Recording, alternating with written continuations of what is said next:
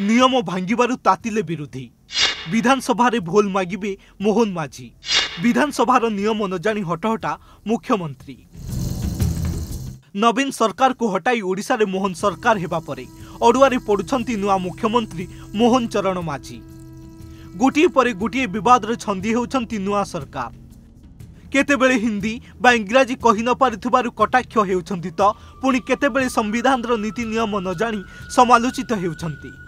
तेबे निकटरे अग्निवीरंक पई चाकरी रे 10% संरक्षण और बयस कोहल नै मुख्यमंत्री घोषणा करथिले।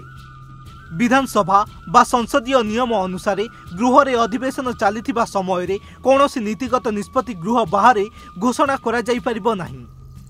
इहाकु प्रथमे गृह रे पाठ करिवार आवश्यक रहिछि कारण विधानसभा बा संसद चलीथिबा समय रे नीतिगत निष्पत्ति प्रथमे गृह रे जणाइबार नियम रहिछि।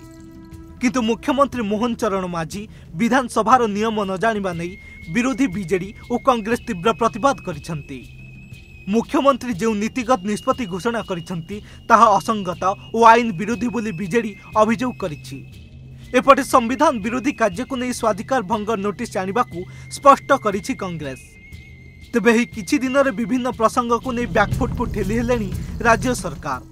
पुराना सरकार को योजना रे ना बदलाइबा छड़ा आउ किछि नुआ करिवे कि नहीं नुआ सरकार ताहा भी चर्चार विषय होइछि। तेबे नुआ सरकार नुआ करी सरकार करुथिबारु किछि जानि पारु नाहंती ना तांकु जानि सुनि केही विभ्रांत करी विवाद आड़कु ठेलुछंती ताहा एक बड़ प्रश्न।